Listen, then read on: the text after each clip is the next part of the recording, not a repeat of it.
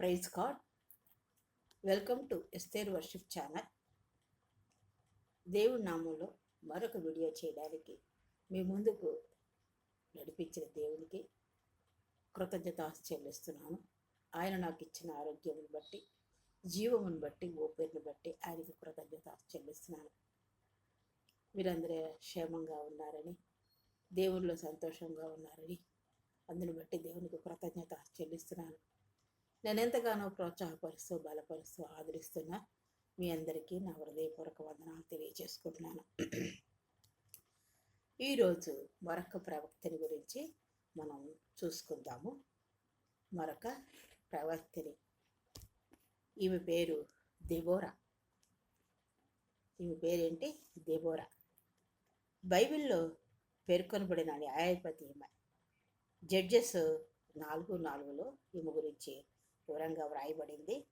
చిన్న ప్రార్థన చేసుకుందాం. అత్యంత మహాపరిశుద్ధుడును, ప్రేమమయుడు, కృపామయుడు, దయామయుడైన ప్రభువా, మీ అప్రంజి పాదములకు లెక్కలేని స్తుతులు, స్తోత్రాలు, వందనాలు చెల్లించుకుంటూ ఈ సాయంకాల సమయంలో నీ పాద సన్నిధానికి వచ్చిన ఆయన, ఈ వాక్యాన్ని వివరించడానికి నాకు జ్ఞానం సరిపోదు. మీ ఆత్మ నడిపింపు దయచేసి ఈమె ద్వారా ఈమెలో ఉన్న మంచి గుణాలు, విశ్వాసము ఏమున్నాయో అవన్నీ మేము నేర్చుకొని మీలో స్త్రీలమైన మేము, స్త్రీలైనా పురుషులైనా మీలో మేము ఎదిగే కృపని అనుగ్రహించి మహింపదమని, వాక్యాన్ని మీలో నాతో మాతో మాట్లాడమని మీ ప్రియకుమారుడు మా రక్షకుడైన యేసుక్రీస్తు వారికి నీ పాదాలు పట్టుకుని అతిమికులంగా వేడుకొచ్చున్నాం తండ్రి. ఆమేన్.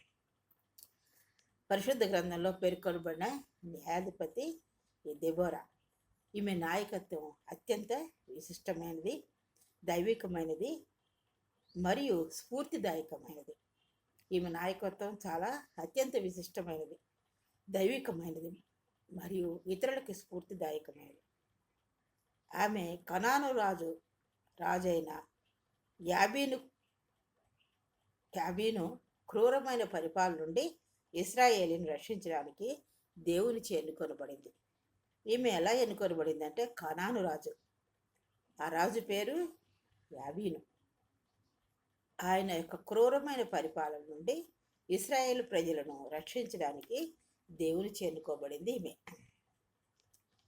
ఈమె గురించి న్యాయాధిపతుల గ్రంథం 4-5 అధ్యాయాల ప్రకారం ఆమె నాయకత్వ శైలిలోని ముఖ్యమైన లక్షణాలు చూసుకుందాం. ఆమె నాయకత్వంలో ఏ లక్షణాలు ఉన్నాయో మనము చూద్దాం. 1, ఆత్మీయమైన మరియు దైవికమైన నాయకత్వం. మొదటిగా ఏంటి? ఆత్మీయమైన మరియు దైవికమైన నాయకత్వ లక్షణం ఆమెలో ఉంది. రెండవది, ఇశ్రాయేలులో తల్లి వంటి శైలి. ఇశ్రాయేలుకు తల్లి వంటి శైలి అంటే అలాంటి స్వభావం కలది. తల్లికి ఎలాంటి స్వభావం ఉంటుందో అలాంటి స్వభావం కల స్త్రీ ఈమె, ప్రవక్తిని. తర్వాత మూడవది, ధైర్యం మరియు సహనాయకత్వం. ధైర్యం ఉంది మరియు ఇంకొకళ్ళ నాయకత్వం, సహచరులు ఎవరైనా ఉంటే వాళ్ళ నాయకత్వం కూడా ఈమె అంటే ఎటువంటి అసూయ అదేమీ లేకుండా ఆ సహనాయకత్వం కూడా, ఆ లక్షణం కూడా ఈమెకు ఉంది. నాలుగవది, దేవునికే మహిమ చెల్లించే స్వభావం. ఏమి మంచి జరిగినా ఏమి జరిగినా ఆ దేవునికే మహిమ, మనుషులకు కాదు అని చెల్లించే స్వభావం ఉంది. సాధారణంగా ఏంటి, ఏదైనా మన వల్ల జరిగితే నేను ప్రార్థన చేస్తేనే జరిగింది, లేకపోతే నేను అలా చేస్తే జరిగింది, ఇలా చేస్తే జరిగింది అని గొప్పలకు పోతూ ఉంటాం కదా కొంతమంది. అలా కాకుండా అలాంటి స్వభావం మనలో, మానవులమైన మనకి ఉండే ఆ స్వభావం ఈమెలో లేదు మాట. మహిమ చెల్లించే స్వభావం, దేవునికే మహిమ. ఎప్పుడూ మనం దేవునికే మహిమ చెల్లించాలి. ఈ 4 లక్షణాలు ఈమెలో ఉన్నాయి. మొదటిగా, దేవుని స్వరానికి లోబడ్డం. దాని గురించి చూసుకుందాం. ఆత్మీయమైన మరియు దైవిక నాయకత్వంలో ఈ లక్షణాలు, 2 లక్షణాలు ఏంటంటే, దేవుని స్వరానికి లోబడ్డం. దెబోరా ఒక ప్రవక్తిని. ఆమె తన సొంత ఆలోచనలతో కాకుండా దేవుడిచ్చిన ప్రత్యక్షత మరియు ఆజ్ఞల ప్రకారమే ప్రజలను నడిపించింది. ఈమె దేవుడు ఏం చెప్పాడో ఆయన ఆ స్వరానికి, దేవుని యొక్క మాటకి లోబడే స్వభావం కలది. అంతేగాని తన సొంత ఆలోచనలు కాకుండా దేవుడు ఏం చెప్పాడో ఆజ్ఞల ప్రకారమే ప్రజలను నడిపించేది మాట. రెండవది ప్రార్థనాపూర్వక నిర్ణయాలు. ఖర్జూరపు చెట్టు క్రింద కూర్చొని ఆమె ఇశ్రాయేలీయుల వివాదాలను పరిష్కరించేది. ఆమె ఎక్కడ కూర్చునేది అంట? ఖర్జూరపు చెట్టు కింద కూర్చుని ఇశ్రాయేల్ ప్రజల యొక్క వివాదాలను పరిష్కరించేదన్నమాట. ఆమె ఎలాగా? ప్రార్థన పూర్వకంగా నిర్ణయాలు తీసుకునేది. ఇది ఆమెకి లోక సంబంధమైన ఆడంబరాల కంటే దేవుని జ్ఞానంపై ఉన్న నమ్మకాన్ని చూపిస్తుంది. అంటే ఈ లోక సంబంధమైన ఆడంబరాల కంటే కూడా ఆమెకి దేవుని జ్ఞానంపై ఉన్న నమ్మకం చూడగలుగుతాం. కాబట్టి ఈ మొదటి స్వభావం మనలో ఉందా? దేవునికి స్వరానికి మనం లోబడుతున్నామా? ప్రార్థనాపూర్వక నిర్ణయాలు తీసుకుంటున్నామా? మనలో ఆత్మీయమైన మరియు దైవికమైన నాయకత్వ లక్షణాలు ఉందా? మనం పరీక్షించుకోవాలి ప్రియ సహోదరి సహోదరుడా. రెండవది ప్రజలను ఆదరించడం. ఇంకా ఇందులో ఉంది, ప్రజలను ఆదరించడం. బైబిల్ ఆమెని ఇశ్రాయేలులో తల్లి అని పిలుస్తుంది. రెండవది చూసాం కదా, ఇశ్రాయేల్లో తల్లి వంటి శైలిని. ఈమె ప్రజలను ఎలా ఆదరిస్తుందంట? ఒక తల్లి ఎలాగా తన బిడ్డలను ఆదరిస్తుందో అలాగా ఆమె ఇశ్రాయేల్ ప్రజలకు ఒక తల్లిలాగా ఆదరిస్తుంది.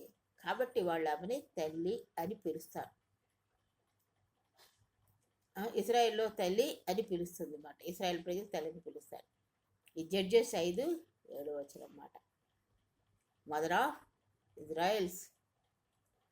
ఆమె కేవలం ఒక అధికారిగా ఆజ్ఞలు జారీ చేయలేదు. ఒక అధికారి, నేను ఒక న్యాయాధికారిని అన్న ఉద్దేశంతో ఆజ్ఞలు చేయకుండా ఆమె ఒక తల్లిలా ప్రజల యొక్క కష్టాలను బాధలను అర్థం చేసుకుని వారిని ప్రేమతో నడిపించేది ఈ దెబోరా. ఇంకా ఇందులోనే రెండవ మాటలో చూసుకుంటే, ఈమెలో ఉన్న లక్షణం చూసుకుంటే సేవానిరతి. అధికారం చూపించడం కంటే ప్రజలకు న్యాయం చేకూర్చడానికే ఆమె ప్రాధాన్యత ఇచ్చింది. తను అధికారం చూపించి నిర్ణయాలు చేయడం కానీ, పనులు చేయడం కానీ, న్యాయం చేయడం కానీ కాకుండా ఆమె ప్రజలకు న్యాయం చేయడానికి, అధికారంతో కాకుండా ప్రజలకు న్యాయం చేకూర్చడానికే ఆమె ప్రాధాన్యత ఎక్కువగా ఇచ్చినట్లుగా పరిశుద్ధ గ్రంథం తెలియజేస్తుంది. మరి ఈ 2 లక్షణాలు, ఒక తల్లి లాంటి స్వభావం మనకుందా? ఒక దైవికమైన ఆత్మీయమైన నిర్ణయాలు మనం తీసుకుంటున్నామా? దేవుని స్వరానికి లోబడుతున్నామా? ఇవన్నీ మనం పరీక్షించుకుందాం. మూడవది చూసుకుంటే ధైర్యం మరియు సహనాయకత్వం. యుద్ధరంగంలో ముందుండడం. ఆమె ధైర్యం ఏంటి? యుద్ధం వచ్చినప్పుడు ముందుండేది మాట. సైన్యాధిపతి అయిన బారాకుకు, నువ్వు నాతో వస్తేనే నేను యుద్ధానికి వెళతాను అన్నప్పుడు ఆమె ఏమాత్రం వెనుకడుగు వేయకుండా అతనితో పాటు యుద్ధరంగానికి వెళ్ళింది. బారాకు సైన్యాధిపతి, అతను నువ్వు వస్తేనే నేను యుద్ధానికి వెళతాను అని ఆమెతో అన్నప్పుడు ఆమె ఏమాత్రం వెనుకడగలేదు. నేను స్త్రీని, నేను యుద్ధం చేయలేను, నాకు భయము, అలాంటివి ఏమీ చెప్పకుండా ధైర్యంతో ముందుకు అడుగు వేసినట్టుగా చూస్తున్నాం. వెనుకడుగు వేయకుండా అతనితో పాటు యుద్ధరంగానికి వెళ్ళినట్లుగా చూస్తున్నాం. ఇతరులను ప్రోత్సహించడం. ఇందులో ఏంటి? సహనాయకత్వంలో బారాకు యొక్క సైనిక సామర్థ్యాన్ని ఆమె తక్కువ చేయలేదు. బారాకు యొక్క సైనిక సామర్థ్యం ఆమె ఎంత మాత్రమూ తక్కువ చేయలేదు. అతనిలో ధైర్యాన్ని నింపి దేవుని విజయాన్ని అతనికి ముందే వివరించడమే కాకుండా ఒక గొప్ప గైడ్లా నడిపించింది. ఆమె అతన్ని ముందే విజయాన్ని అతనికి వివరించి ఒక గొప్ప గైడ్లా అతన్ని ముందుకు నడిపించింది. కాబట్టి ఈ లక్షణాలు, ధైర్యం, సహనాయకత్వం, ఇతరులలో ఏవైనా సహనాయకత్వ లక్షణాలు నీకంటే ఎక్కువ ఏవైనా ఉన్నప్పుడు దాని ద్వారా దేవుడిని మహింపరుస్తున్నావా? ఆ సహనాయకత్వానికి నీవు అంగీకారంగా, ప్రోత్సాహకరంగా మనం ఉంటున్నామా? మనం పరీక్షించుకోవాల్సిన వారమై ఉన్నాం. నాలుగవది దేవునికై మహిమ చెల్లించే స్వభావం. అంటే గర్వపడకపోవడం, కనాను సైన్యాన్ని ఓడించిన తర్వాత కనాను సైన్యాన్ని ఓడించిన తర్వాత ఆ విజయ గర్వాన్ని ఆమె తన తలకి ఎక్కించుకోలేదు. ఒక విజయం వచ్చిందంటే ఏ విషయంలోనైనా మనుషులకి ఎంతో గర్వం వచ్చేస్తుంది.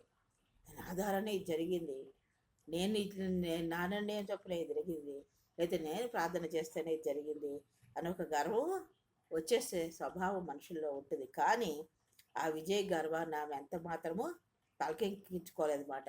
దేవునికి మహిమ చెల్లించినట్లుగా